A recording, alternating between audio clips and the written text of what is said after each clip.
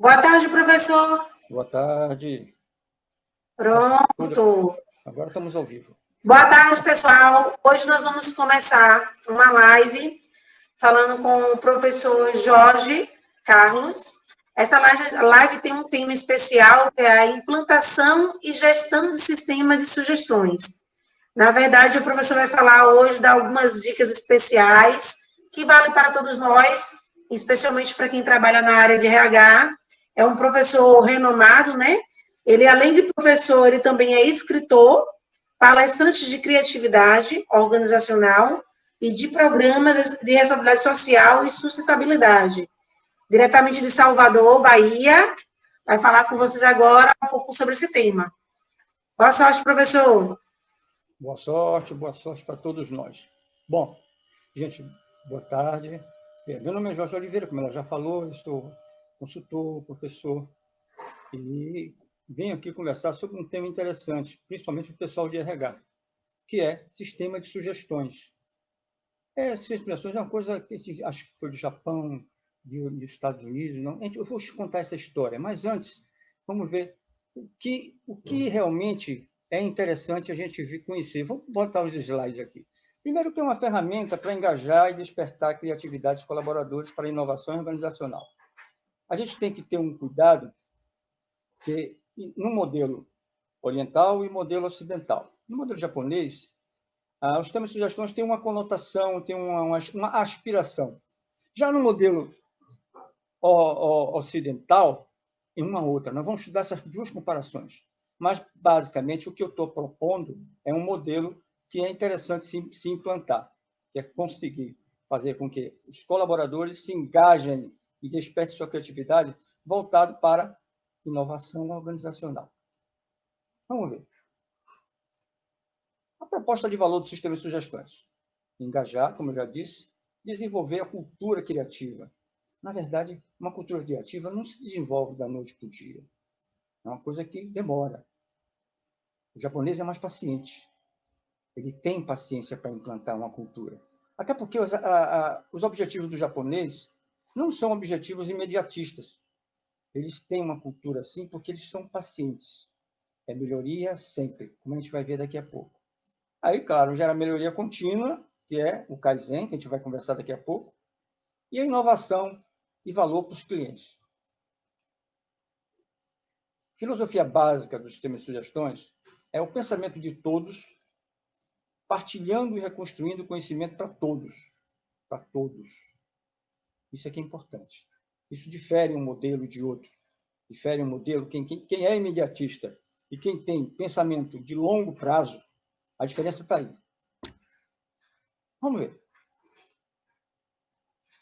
Uma diferença básica é um negócio chamado linha intelectual na empresa. Então, a empresa tem a sua estrutura organizacional, e essa estrutura de diretoria, gerência, operação, tal. Mas poucas empresas consideram a empresa como uma dinâmica de criação. A maioria delas, principalmente no Ocidente, elas têm uma característica. Ela tem uma parte da empresa paga para pensar, criar, e a outra para cumprir padrões. A galera de baixo não lhes é permitido pensar, criar. Eles têm que cumprir padrões que foram estabelecidos pela galera de cima. Isso é importante a gente denotar como uma empresa pode ser criativa ou não. Certo? Então, é aí que mora a diferença. Essa é a linha de McDermott, é um autor muito, muito interessante, que ele fala sobre isso. A linha intelectual da empresa, que divide quem pensa de quem faz. Para você ter uma empresa criativa, com a cultura criativa, você tem que tirar essa linha. Fazer com que todos pensem. E conseguir gerar competências. O sistema de sugestões ele tem competências que fazem com que você consiga alcançar. Elevar a autoestima dos colaboradores e o clima organizacional. Ora, como você tem um objetivo imediatista, na verdade, autoestima é bom, é interessante, mas não é o mais importante. Quando você tem paciência em ter um ganho cultural, fundar uma cultura criativa na organização, isso passa qualidade de vida no trabalho, passa por bem-estar social, passa por autoestima. As pessoas que têm autoestima elevada são criativas. Quem vive com medo não cria nada. Essa é a diferença. Uma das competências de sugestões é essa. Ele fazer com que as pessoas liberem sua criatividade. Se liberem para criar. Não tenham medo de criar. Inclusive, quando o Deming chegou, eu vou contar essa história daqui a pouco, uma das coisas que ele falou foi o seguinte: o inimigo da qualidade é o medo. Devemos eliminar o medo sob todas as formas da empresa. Enquanto a gente não fizer isso, nós não vamos ter qualidade. Isso na década de 40. Utilizar todo o potencial criativo das pessoas, aumentando o capital intelectual humano. Olha, a gente sabe que hoje, antigamente aquelas máquinas, aquelas empresas enormes, grandes, IBM, tal, prédios, máquinas, tal. Hoje em dia você tem uma empresa que fica na garagem e ela fica faturando mais do que todas as empresas juntas. O Facebook começou assim. Então, hoje o potencial humano, o ativo humano, chamado capital intelectual humano, ele tem muito mais valor do que o físico. Então, quando você investe nas pessoas, na criatividade das pessoas, ora, você está investindo no maior capital que a empresa pode ter. É o capital humano, criatividade. Porque é da inovação que sai a vantagem competitiva. Sem inovação, você não consegue hoje vantagem competitiva nas organizações. Obter o comprometimento de todos. Opa, comprometimento. Você, quando tem qualidade de vida dentro da organização, sua estima está elevada, e você sabe para onde a organização vai, você se compromete com aquilo. Você só não se compromete quando você tem dúvida de onde você está e para onde você vai. Então, o comprometimento é muito importante para você ter melhoria contínua da qualidade. Alguém vai se empenhar mais se ele sabe que pode confiar em quem o contratou. E fortalecimento do trabalho em equipe. Isso é muito importante, fortalecer o trabalho em equipe. E é uma fase que a gente vai ver depois que o sistema de sugestões, ele, para implantar, ele tem etapas. Tem uma etapa, a segunda etapa, a terceira etapa, a quarta etapa. Essas etapas são passos gradativos que você vai galgando até chegar onde você precisa. Vamos lá. Vamos passar para o histórico. A gente vai ver aqui o histórico que eu estava conversando no início. O histórico do sistema de sugestões é o seguinte: a gente imagina que o sistema de sugestões começou no Japão, mas não, começou na China. Interessante. Na China. Um shogun, um imperador chinês, ele botou na porta do palácio dele uma caixinha. E as pessoas, os cidadãos, que tinham lá, depositavam sua sugestão para como o governo dele poderia ser melhor, o que estava errado, o que estava certo. E olha que nessa época o negócio era complicado. Quem ousasse fazer alguma pergunta para o imperador era decapitado. Foi uma inovação que ele fez. Isso foi em 1740 e alguma coisa. E aí continua, os sistemas de sugestões estão vivos até hoje, continuam. As pessoas sugerem para que as organizações modifiquem. Acontece de clientes sugerir para empresas também. Mas vamos para um histórico mais recente. Eu estou tentando resgatar como surgiram os sistemas de sugestões que hoje a gente conhece. Nos históricos mais recentes, tem um negócio chamado TWI. Alguns já conheceram. É uma ferramenta antiga. Treinamento dentro da empresa, escrito em inglês, claro. Então, o que aconteceu isso? Quando houve a guerra no Japão, os Estados Unidos destruíram o país, inclusive as indústrias, ele, com o plano Marshall, mandaram engenheiros, técnicos, cientistas para lá, para refazer a indústria japonesa. E eles levaram algumas ferramentas de administração, técnicas, científicas, para poder acelerar o processo. Uma dessas técnicas comportamentais, treinamento no local de trabalho, foi essa, TWI, que era usado na Marinha Americana. E ele implantou isso. E o japonês percebeu que isso trazia um ganho para eles, que eles têm a capacidade de absorver novas culturas. E eles começaram a entender. Agora, por que foi esse ganho? Vamos ver.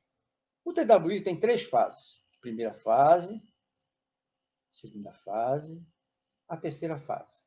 Na primeira, é o ensino correto do trabalho. O TWI, o supervisor colava no funcionário e ficava ali ensinando ele a fazer o trabalho correto. Depois disso, Relações humanas. Os supervisores eram educados a estabelecer relações humanas adequadas, tanto com o cliente, que porventura aparecesse, como o seu próprio funcionário. E aí vem o mais interessante, melhoria do método. Isso faz parte do TWI. Inclusive, isso até hoje está sendo utilizado. O Senai faz turma de TWI, e eu mesmo trabalhei no Senai, e a gente coordenava uma área que tinha instrutores de TWI nas fábricas todas. Então, veja bem, a terceira fase é onde surge a melhoria do método. E essa melhoria do método, o japonês pegou e transformou isso numa cultura. Transformou o TWI numa cultura Kaizen. O que seria cultura Kaizen? Melhorar sempre. Melhorar, melhorar, melhorar, melhorar sempre. Essa é a cultura Kaizen, que a gente vê muito falar. E essa cultura Kaizen, ela faz com que esse melhoria de método seja uma tônica do dia a dia das empresas. É aí que tem a diferença do sistema de sugestões. A gente vai ver depois. O sistema de sugestões americano, ele quer melhorar, mas ele quer rupturas, quer melhorias, não melhorias, ele quer mudanças de rupturas, como chamam, disruptivas, que chegam, modificam tudo e ganham muito dinheiro. Eles querem dinheiro logo. O Japão não. Ele quer melhorias contínuas. O Kaizen diz o seguinte, nós vamos melhorar sempre, e dessas melhoras sempre vão aparecer ideias disruptivas, mas nós não vamos abandonar a melhoria. E nós vamos ver depois, quando eu mostrar a comparação entre o sistema de sugestões ocidental e o japonês, a gente vai ver por que essa definição, esse marco, é tão importante. O Japão tem um sistema de sugestões chamado Kaizen Teian.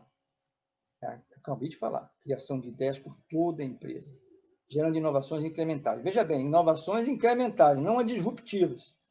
É como a ciência trata.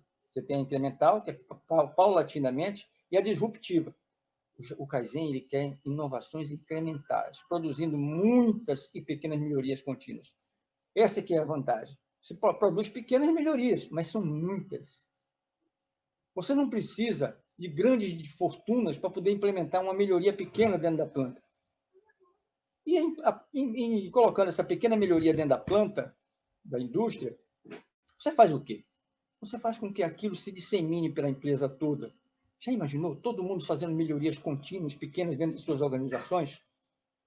Por isso, quando vai fazer as contas, na verdade, quando vai fazer as contas, tem uma pesquisa da Associação de Recursos Humanos do Japão, eles fizeram essas contas e chegaram à conclusão que você tem mais lucro com melhoria contínua do que com inovações disruptivas.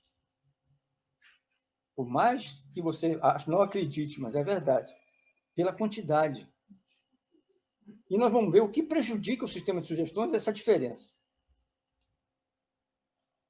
Tem modelos que são ocidentais e outros modelos japoneses. Vamos fazer uma comparação? Vamos lá.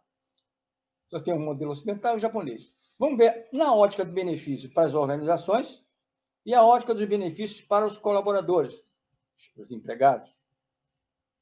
Vamos ver. No modelo ocidental, a organização está preocupada com o quê? Grandes inovações, como eu acabei de falar, tecnologias com ganhos financeiros em curto prazo. Olha só. Ganhos financeiros em curto prazo. A velocidade, a imediatismo. Dinheiro já. E lá no Japão? Clima organizacional, pequenas inovações, o Kaizen, que eu acabei de falar, e a formação de uma cultura de cooperação e melhoria contínua. Isso é interessante porque a gente consegue visualizar como essas melhorias contínuas podem fazer diferença. E com relação aos empregados? No Ocidente, a gente já deve ter visto o sistema de sugestões aplicado em algumas empresas. Há casos em que os funcionários ganham participação naquela inovação que ele gerou. O cara gera uma inovação tecnológica enorme e tal, e eles ganham financeiramente em cima daquilo que ele gerou a ideia. O Japão chegou à conclusão que isso atrapalha muito, porque quando acontece isso, os funcionários vão querer fazer só grandes ideias. As pequenas ideias vão ficar relegadas lá, ninguém vai querer nada. Isso faz com que a melhoria contínua acabe. E os ganhos financeiros têm um detalhe, um problema sério. Cada vez as pessoas querem mais ganhos financeiros, acham que aquilo é insuficiente. E a empresa vai terminar não tendo condições de bancar tudo isso. Então, a gente tem que ter uma noção muito clara que o reconhecimento da elevação da autoestima, da expressão criativa, no japonês ele é muito mais valioso. Certo? Agora, vamos ver como é que a gente implanta isso. Estratégia de implantação e gestão. Primeiro, compartilhar com toda a empresa, a visão de futuro e os valores da organização, dando sentido e relevância ao trabalho das pessoas. Isso é importantíssimo. Ter esse sentido e o trabalho da inovação é muito importante. As pessoas conseguirem compartilhar a visão de futuro. Os empregados precisam saber para onde vão, né, gente? Eles precisam saber para onde estão indo. E quando eles sabem para onde estão indo, eles trabalham com outro ânimo, sabendo o sentido do trabalho, faz relevâncias para ele. E exercitar a escutativa do corpo gerencial. Esse negócio é interessante, porque a gente tem treinamentos gerenciais de tudo quanto é tipo e tal. Quando eu implantei isso, eu descobri que um melhor treinamento gerencial é o feito no dia a dia do trabalho. E o sistema de sugestões tem uma característica, ele faz esse treinamento no dia a dia do trabalho. Porque ele, não é que obrigue, mas ele estimula o gerente a ouvir seu funcionário. Tem gerente que só procura o funcionário para dar cascudo. Quer dizer, vou chamar uma atenção, tal. E tem mais. Ele não tem tempo para atender os funcionários. Ele prefere fazer um despacho de uma requisição de parafuso que sentar para conversar com o subordinado dele. E esse processo, não. Como ele faz com que haja uma troca de informações. Isso está previsto porque os gerentes são treinados antes de começar o sistema, há todo um endomarketing participando. Ele aprende a ouvir. Ele aprende a escutar melhor. Isso é muito bom. É um grande treinamento gerencial. Desenvolver uma teia humana. O que seria isso? Desenvolver uma teia humana. Quando você tem uma teia, tem pessoas criando coisas novas, intercambiando suas ideias. Porque um valor interessante que é a democratização da informação na empresa. Você não pode gerar uma ideia, só sabe você e quem vai aproveitar a ideia. Essa ideia tem que ser difundida pela empresa toda. Para desenvolver essa teia humana, onde todos possam participar, possam, inclusive, ajudar a desenvolvê-la. E criar um ambiente bem propício à melhoria contínua da qualidade. Estratégia de plantação ainda. Estabelecer a etapa de plantação e o planejamento, e planejar o endomarketing para atingir sua meta. Ora, isso é uma coisa que é fundamental. Primeiro, a aceitação da alta direção. Segundo, um bom programa de endomarketing. Que não chegou, fez um endomarketing e se lançou, soltou o programa, não. É um endomarketing contínuo. Medindo a temperatura do clima da empresa, vendo como é que as coisas estão, criando novos projetos e fazendo com que o sistema de sugestões não morra. Um bom programa de endomarketing consegue isso. Tem que ter muito cuidado com isso. E realizar um grande brainstorm por toda a empresa. Na verdade, o sistema de sugestões é isso. É um grande brainstorm, onde todos dão todo tipo de ideias. Umas são aproveitadas, outras não. Isso é muito interessante saber disso, porque às vezes a gente acha o seguinte, não vou dar uma ideia não, porque não vai dar certo. Vai dar certo. Só que tem um detalhe, nesse sistema de sugestões que eu estou propondo, mesmo que a ideia não seja aproveitada para aquela área, o gerente daquela área vai chamar o inventor para conversar. Olha, bicho, o negócio é o seguinte, aquela ideia que você deu, a gente não vai usar agora, vamos guardar aqui. Eu tenho certeza que em um certo tempo a gente vai retomar, conversar sobre isso. Você estimula o cara a gerar novas ideias. Quando você diz, presta não, pode ir embora, o cara nunca mais vai gerar nada. Vai ficar quieto na dele, não se mexe para nada mais. E acompanhar indicadores de realização. Criar indicadores. Cada etapa tem seu indicador. Isso aí, numa palestra como eu estou fazendo aqui agora, não dá para mostrar. Numa mentoria, dá para detalhar isso com muito mais tranquilidade. Faço mentoria nessa área também. Porque, na verdade, são detalhes que definem o processo de endomarketing. Acompanhar indicadores. Criar indicadores e acompanhá-los. É a gestão de um projeto. E gerar o PDCA, o Sistema de Sugestões. O PDCA, o Sistema de Sugestões, é planejar, fazer, checar e agir. onde a gente pode definir metas, planejando, definir métodos de atuação, educar a equipe antes de botar ele para funcionar. Isso é para o grupo de gestor de sistemas de sugestões. Verificar o que está dando certo e errado, porque o grupo gestor ele tem muito trabalho para gerir um sistema de sugestões. A área de recursos humanos ela tem que ter uma atenção muito grande. Então, ter um planejamento com o PDCA rodando, facilita bastante para o grupo gestor. Porque, como eu falei no início, o primeiro passo é ter um grupo gestor dentro da área de recursos humanos. Eu estou falando de recursos humanos porque é a área que geralmente assume essa atividade. É muito importante ter um grupo gestor onde ele planeje isso e jogue o ciclo PDCA para funcionar, seguindo essa metodologia que eu simplifiquei aqui, claro, que é só simplificado. Mudança de paradigma do sistema de sugestões tradicionais.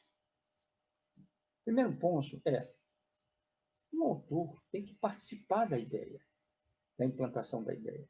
O que eu vejo muito nas empresas é o seguinte, o cara cria uma ideia, manda para uma área, para a administração, lá eles começam a analisar, a ideia está pronta. Daí em diante, o cara não tem mais nenhum contato com a ideia que ele deu.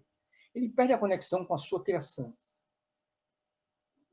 Isso é péssimo, porque ele perde o vínculo. O ideal, o Japão faz isso. O ideal é fazer, a Toyota faz isso. Participação do autor na implantação. Ele dá a ideia, mas o coordenador da área chama ele, olha, me ajuda a participar, a implementar isso aqui, você que criou a ideia, vamos fazer isso, ele já dá sugestões, reuniões, em cima de reuniões para poder gerar a ideia, para a ideia ser realizada, e vai embora. E outra coisa interessante que a tecnologia nos trouxe é a conexão em rede, um sistema de informações gerenciais aberto. E as empresas todas têm seu sistema de informações gerenciais. Insere o sistema de sugestões nesse sistema, onde todos têm acesso a todas as informações para todos. É interessante porque aqueles indicadores que eu falei de cada área, por exemplo, qual a área que gerou mais ideia? Vai aparecer num gráfico mostrando que área é essa. Quem está com muita análise pendente e não analisou ainda, tem aparecendo lá. Todo mundo fica sabendo. Isso gera um negócio muito interessante. Substituição do prêmio em dinheiro por reconhecimento. Essa é uma controvérsia que há. Para mim, não há controvérsia nenhuma. Há, sim, teorias bem concretas que dizem que o prêmio e o castigo são duas faces de uma mesma moeda. Essa frase não é minha, é de Alf Kohn, um autor que trata exatamente sobre motivação nessa área. Alf Kohn diz o seguinte, o prêmio e o castigo são duas mesmas moedas. Ou você, se você fizer o que a empresa quer, ela te dá um prêmio. Se você não fizer, você te dá um castigo.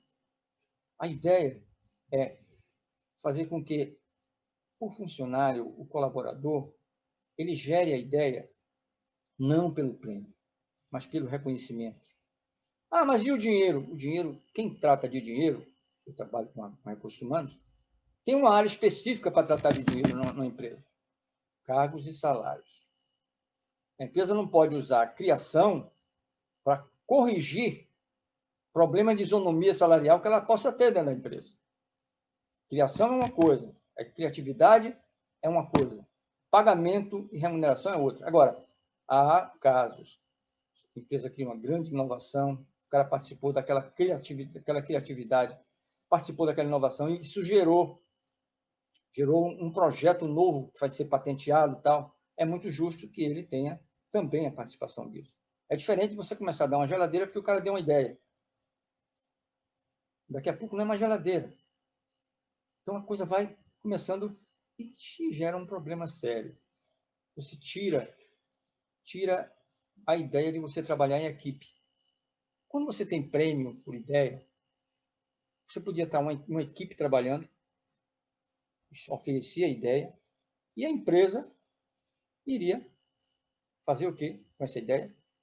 Implementar a ideia, remunerava o cara que deu a ideia.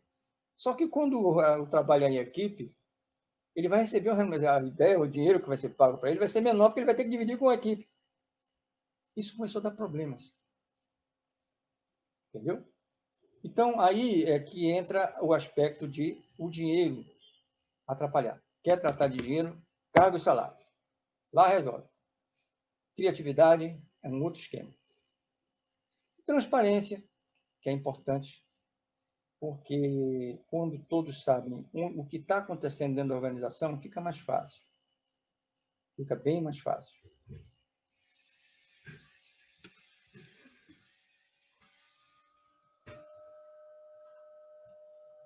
Bom, ô Conceição. Conceição está por aí ainda? Conceição subiu. Vamos voltar, então. Olá, professor, tudo bem? Opa, não sumiu, não. Eu pensei que você tinha sumido. Tinha me deixado sozinho. Não. E como é que estão? Pode falar, professor. Como é que está a participação do pessoal, velho? Tá bem. Tem até algumas perguntas aqui. O Cleiton perguntou, né? Jogue aí. O Cleiton fez uma pergunta aqui: como implementar novas ideias de gestão no período de pandemia? Se eu puder responder. Não, claro. Excelente pergunta. Excelente pergunta. Excelente pergunta. Veja bem, crise. Nós estamos numa crise. Uma crise. As empresas estão em crise. Então, se uma coisa que combina com crise é criatividade. Empresas criativas, elas sempre acham uma forma de resolver seus problemas mais graves. Agora, tem um detalhe, gente. A criatividade não pode ser imposta. A organização que tem o hábito de se relacionar com seus colaboradores de maneira impositiva, na hora da crise, fica complicado pedir ajuda, hein? Complicadíssimo. Por isso que é bom manter uma relação muito transparente, fraterna com seus colaboradores, pensando nele. Então, o colaborador trata a empresa... Aquela história de empresa uma família, isso é balela, isso não existe. A empresa não é família, é uma relação comercial. Agora, essa relação comercial deve ser pautada pela ética, pelo relacionamento fraterno, entre patrão e empregado, de forma que um possa ajudar o outro. Numa crise como essa, tanto o patrão como o empregado vão sair perdendo. Então, quando ambos sabem que pode contar um com o outro, tudo fica mais fácil. Porque tem uma fase no sistema de sugestões que a gente vai evoluindo. Você tem, primeira etapa, muitas ideias. Você não está preocupado com qualidade ainda. A segunda etapa, aí já é focar todo o endomarketing em cima de análise. E os gerentes, por não ter hábito de estar analisando ideia, muitos deixam para lá. Não vou analisar. Ficar analisando ideia, vou cuidar da minha vida aqui. Ele não tem essa cultura ainda do Kaizen. É a segunda etapa. Aí a área de recursos humanos vai ter que rebolar para poder fazer com que esses gerentes entendam a cultura Kaizen. A terceira etapa é transformar essas ideias que já estão analisadas em implantadas. Implantar essas ideias. Aí sim, você vai implantando as ideias, é um esforço. Cada etapa dessa, gente, vocês que são de recursos humanos, basicamente para isso que eu estou me dirigindo, que tem ir para empresários que estão querendo implantar. A área de recursos humanos tem que ter um esforço muito grande para identificar as dificuldades de implantação do sistema de sugestões das ideias. Aí vai chegar onde você me fez a pergunta. Uma segunda etapa é quando você já começa a criar campanhas. Campanhas direcionando o sistema de sugestões para determinada campanha. Ou a campanha agora é melhoria do filtro do condensador tal. Vamos ver, achar a solução para aquilo. Tal. Aí todo mundo trabalhando em cima, dando ideia. A empresa começa a funcionar com campanha, porque já pode contar com os empregados. Eles já estão habituados a gerar ideia. Aí entra na sua pergunta. Ora, se eu já posso contar com a minha galera, eu estou em crise, a minha campanha vai ser de que forma, de que maneira nós podemos sair dessa. Cria subprojeto e bota todo mundo para funcionar, o cérebro funcionar para ajudar no processo criativo. Inclusive, há metodologias, até ferramentas. Eu, inclusive, ensino isso da consultoria em modelos de processos criativos nas organizações para solução de problemas, que faz com que, se a empresa souber direcionar, canalizar a energia das pessoas, e elas sabem, aquilo que eu falei no início, as pessoas devem saber para onde estão indo. Devem saber para onde estão indo. Então, elas não podem começar a trabalhar sem saber para onde estão indo. Isso, numa crise como essa, faz uma diferença muito grande. Então, a empresa, para conseguir fazer isso que você me perguntou, ela tem que ter toda uma cultura voltada para isso. Não pode, da noite para o dia, dar um estalo. Agora o pessoal vai ser cooperativo, vai achar uma saída para eu sair dessa crise da pandemia. Não vai não. Isso é uma coisa que se forma, uma cultura de relacionamento. Relacionamento não é a mesma coisa? Você não cria uma relação forte entre duas pessoas da noite para o dia. Cria. A mesma coisa na organização. Espero que tenha atendido, hein? Vamos lá. Veja bem, como eu falei anteriormente, tinha um cuidado que eu falei para vocês, nos sistemas que eu implantei, que era fazer com que os gerentes analisassem as ideias, as pessoas implementassem as ideias, fossem reconhecidos pela implementação dessas ideias, tudo.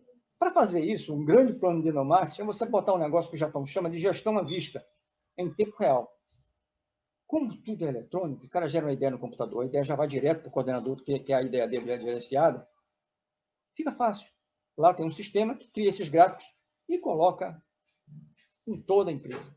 Estou falando fábrica pela minha experiência de fábrica, desculpe. Toda a empresa.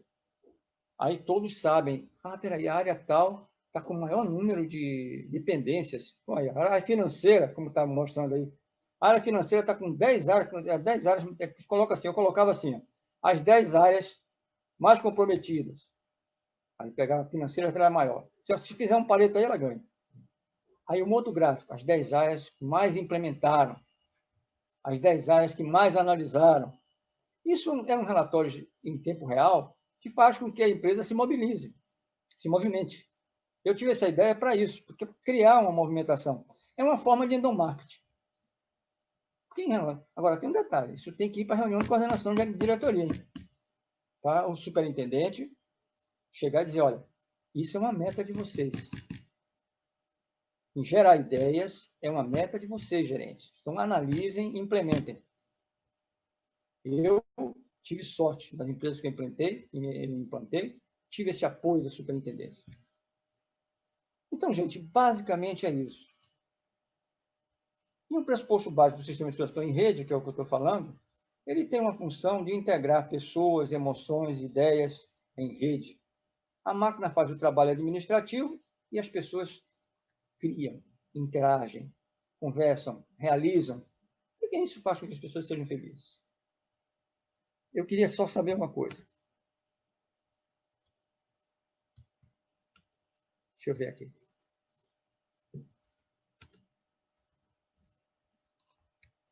Conceição?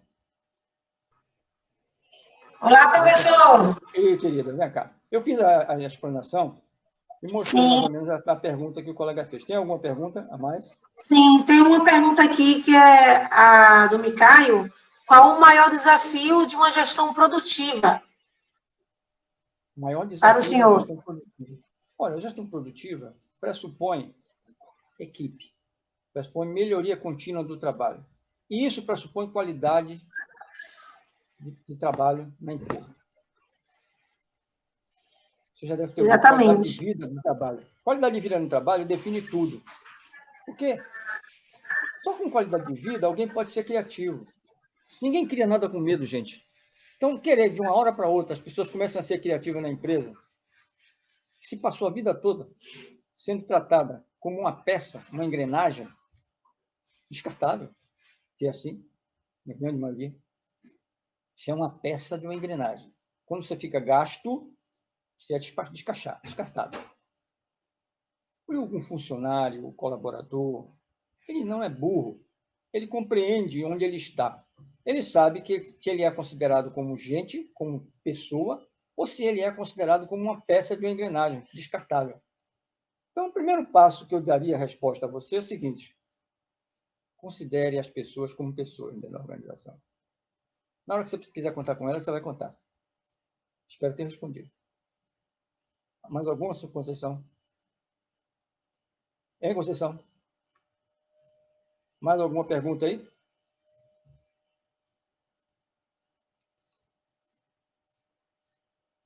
Bom, enquanto Conceição aparece, a gente vai fazer o seguinte. Vamos continuar nosso barba aqui. Tem outra coisa que eu queria mostrar a vocês, é uma experiência, mostrar a experiência que eu tive. Eu plantei em muitas empresas, em algumas empresas, e dentre elas, um resultado muito bem sucedido foi na área da química. Lá eu tive um apoio muito grande.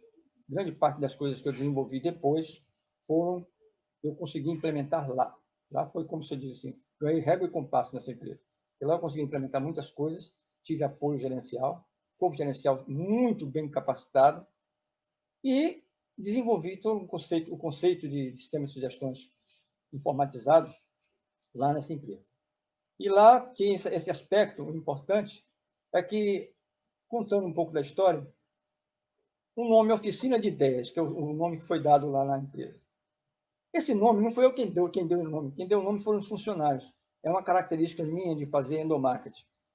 A empresa, os funcionários dão o nome do sistema de sugestões. Eu fiz assim na Coelba também, a mesma coisa. Então, porque quando eles dão o nome, aquilo é deles. Eles se apropriam daquilo. Essa história de você ter símbolos que são seus e alguém se apropria deles é uma coisa muito complicada. Quando o empregado cria, o colaborador cria um símbolo, uma ideia, um nome, e aquilo ali é dele, ele diz, não, esse sistema de sugestões, eu participei na elaboração da ideia, inclusive o nome, eu dei o nome. Eu dei o nome.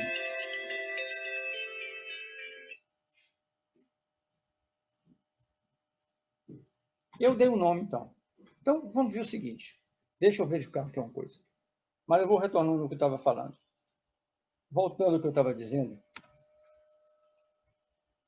o profissional de recursos humanos ele tem um desafio muito grande. E, baseado nisso, o sistema de sugestões vem ajudar muito, porque ele cria uma interação maior entre o profissional de RH e as áreas. Professor? Oi. Já voltei, viu? Isso. Caiu a energia aqui, aí caiu a internet também. O pessoal deve estar preocupado. Eu estava aqui conversando com o pessoal. Cadê Conceição? Sumiu Conceição. Mas tá de volta, gente. Conceição voltou. Pronto, já estou aqui, viu? Qualquer coisa pode me chamar. Não aconteceu nada. Eu vou dar continuidade. Conceição, vê se tem mais uma pergunta. Oi. Sim, deixa eu ver se tem mais algumas perguntas aqui. Só um minuto.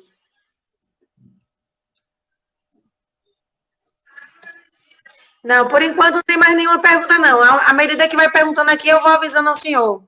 Certo. A última pergunta foi de Micaio. Bom, veja bem, gente. Como eu estava mostrando agora, na ausência de Conceição, estava mostrando para vocês uma experiência que eu tive dentro de uma empresa.